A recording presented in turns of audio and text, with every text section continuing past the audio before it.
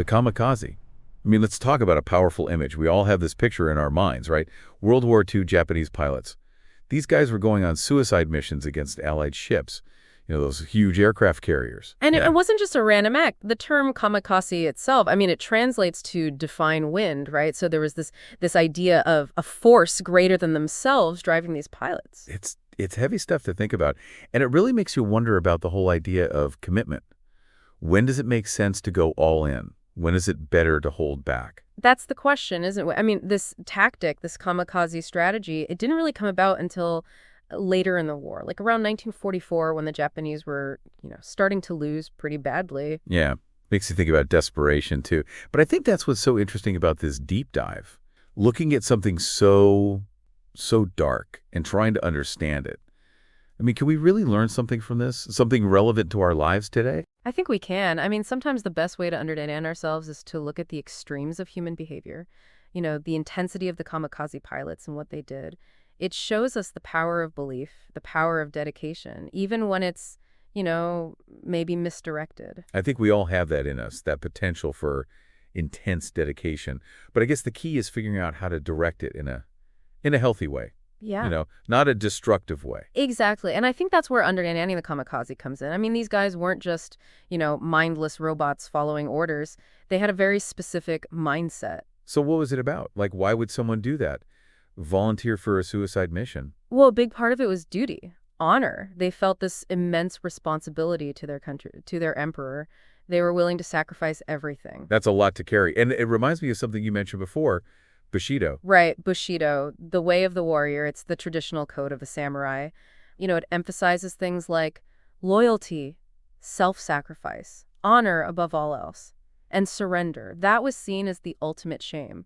So these pilots, they were basically brought up with this all-in mentality. It's almost like they didn't see any other option. In a way, yeah, and that's the tragedy, isn't it? These were young men, many of them barely adults, and they were indoctrinated with these beliefs from a young age. It's hard to imagine being in that position, but it does make you think about choices and how our culture shapes our values, our sense of what's right and wrong. Absolutely, and I think that's one of the biggest takeaway here. The kamikaze pilots might seem like a world away from us, but the underlying human impulses are the same. Commitment, passion, the desire to make a difference. We all have that in us. It's just a matter of how we express it right and making sure we're not being manipulated or pushed into something we don't truly believe in. Exactly. And I think the kamikaze story, as extreme as it is, it can serve as a kind of mirror. It forces us to ask ourselves, what am I truly dedicated to? Am I living my life in a way that aligns with my values?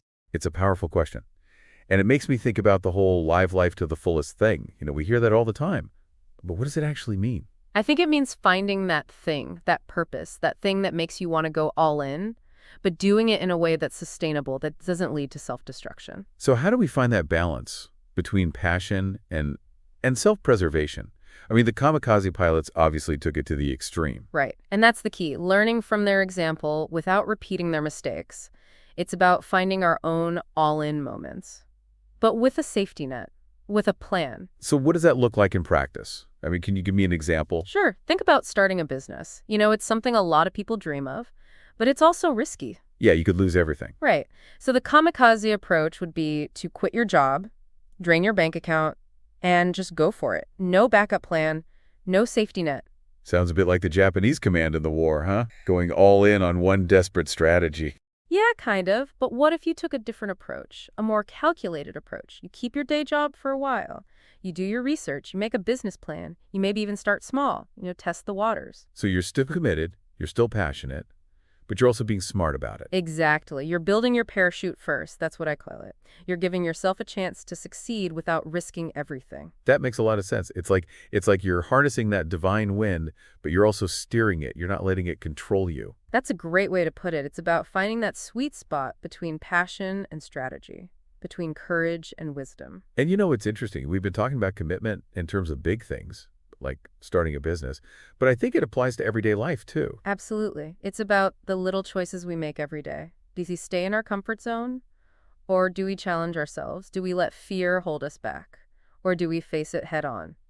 It's like fear is this constant presence, this shadow that follows us everywhere. But here's the thing. Fear can actually be a good thing. It can be a guide, a compass. How so? Because sometimes the things we fear most, those are the things we need to do, the things that will help us grow. So it's about leaning into the fear instead of running away from it. Exactly. But it's also about being smart, about knowing the difference between healthy fear and hearty, and unhealthy fear. You know, the kind that paralyzes you? So how do we tell the difference? Well, healthy fear is protective. It's like an alarm bell going off in your head, telling you to be careful, to pay attention. Like when you're about to cross a busy street. Exactly. You look both ways, you make sure it's safe. But unhealthy fear, that is the kind that stops you from doing things you want to do, things that could make you happy. So it's like that voice in your head that says you're not good enough. You're going to fail. Right. And that's the voice you need to learn to ignore. Because most of the time, it's wrong. That's a good reminder. I think we all need to hear that sometimes. And here's another thing to remember. Commitment isn't just about going after things you want. It's also about letting go of things that no longer serve you. Even if you've invested a lot of time and energy. Even then.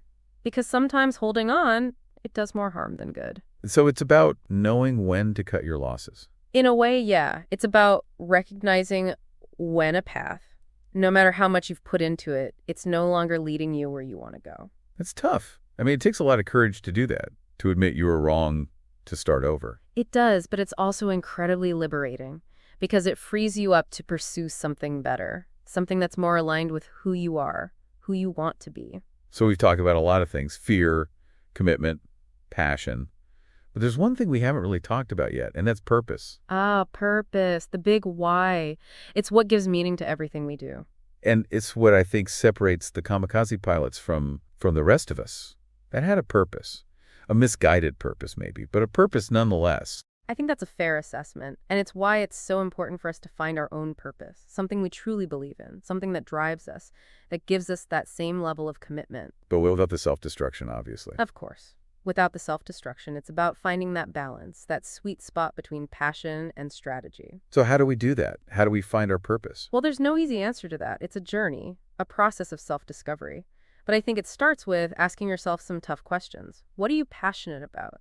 What are your values? What do you want to leave behind in the world? Those are big questions. They are, but they're worth asking because the answers, they hold the key to your purpose. And once you find your purpose, what then? Then it's about taking action, about putting yourself out there, about being willing to fail, to learn, to grow. It sounds like you're describing the opposite of the kamikaze. In a way, yeah, it's about embracing life, about taking risks, but doing it in a way that's sustainable, that allows you to thrive. So maybe that's the ultimate lesson of the kamikaze, a lesson in how not to live. Maybe so, but it's also a lesson in the power of belief, the power of commitment, and the importance of finding our own divine wind. Our own purpose, our own reason for being. I think that's a good place to leave it. Thanks for listening, everyone. And as always, keep thinking, keep questioning, and keep searching for your own divine wind. Thank you for tuning in to this episode of the Deep Thoughts Podcast. I hope you found insights and inspiration to take with you on your journey of self-growth. If you enjoyed the show, be sure to hit the subscribe button so you never miss an episode. And don't forget to follow us on social media to stay updated on new releases and exclusive content. See you next time, where we'll continue to help you grow and explore your full potential.